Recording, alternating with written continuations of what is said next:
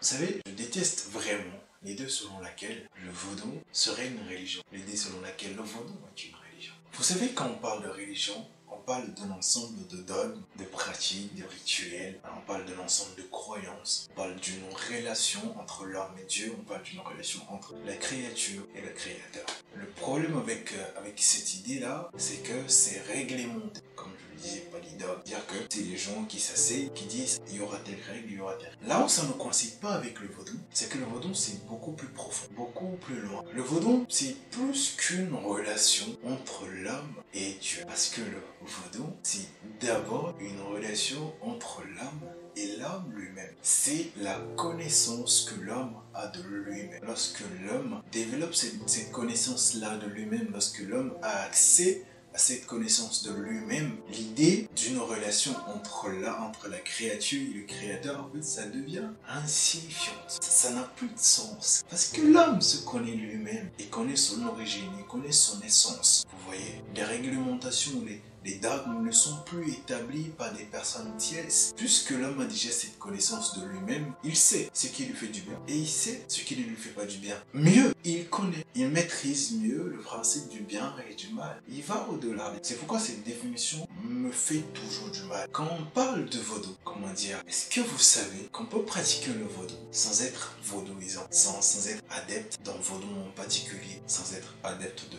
Reviesu, de Sabata, de Torosu, de Don, ou de ce que vous voulez, vaudons locaux et tout ça. Parce qu'en fait, tout ça, tous ces vaudons-là, ne sont que des manifestations divines. Puisque les gens ne connaissent pas le Créateur, puisqu'ils l'ont jamais entendu, ils vouent des cultes à des choses qu'ils considèrent comme des manifestations de Dieu. Mais lorsque l'homme développe cette connaissance de lui-même, il connaît son Créateur. Est-ce que vous voyez la nuance? Et il connaît tout. Il a accès à tout. Parce qu'en chaque homme, il y a l'essence divine. En chaque être humain, il y a cette chose-là, il y a cette graine-là, fait qu'on accède à la connaissance universelle. À partir de ce moment-là, lorsque tu connais et qu'une personne tierce vient s'asseoir et te dire écoute, je vais te parler de Dieu, tu rigoles. Vous voyez? Donc le vaudou, c'est vraiment aller à l'école de sa propre vie et aller à l'école de l'essence divine. Et c'est vraiment ce qui est fascinant dedans. Le vaudou ne t'enseigne pas ce qui est bien et ce qui est mal. Le vaudou t'enseigne la vie. Le vaudou t'enseigne qui tu es. Le vaudou te montre c'est-à-dire, il te montre ce qui est au-delà du bien